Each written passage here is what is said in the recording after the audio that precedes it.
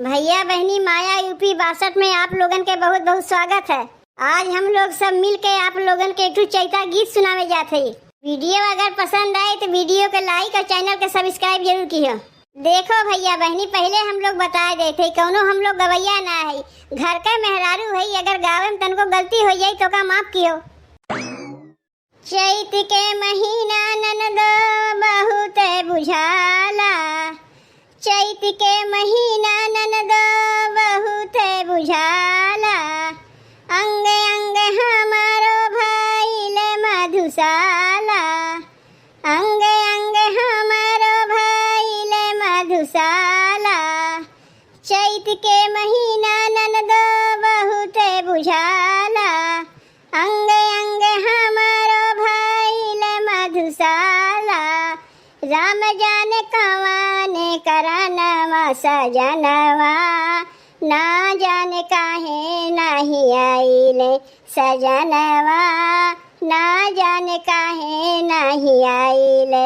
वादा कई के गइले तोर बिरानवा सजनवा, ना जाने काहे नहीं आइले सजनवा, ना जाने काहे नहीं आइले। मनवा न खुश रहे कवनो सिंगार से, मनवा न खुश रहे कवनो सिंगार से। गिरी गिरी जाला टिकुली हमारे लिलार से, गिरी गिरी जाला टिकुली हमारे लिलार से।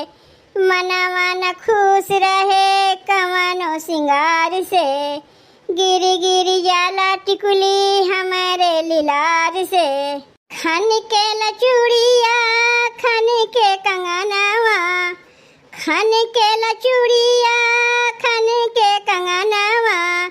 पिया बिन लगे नहीं मनवा सजनवा, ना जाने काहे नहीं आइले सजनवा, ना जाने काहे नहीं आइले।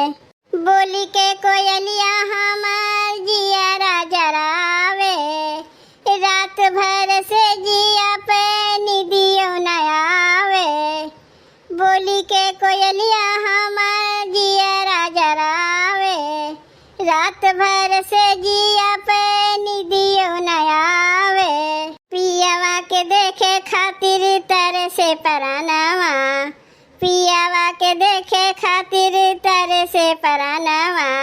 लागेला उदास ये भवनवा सजनवा, ना जाने काहे नहीं आइले सजनवा, ना जाने काहे नहीं आइले।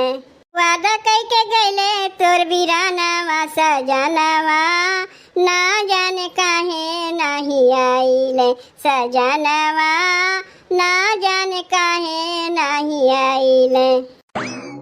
गाँव के अनपढ़ गंवार है भैया बहनी, गीतिया कैसन लाग तनी कमेंटवा कह के बताओ।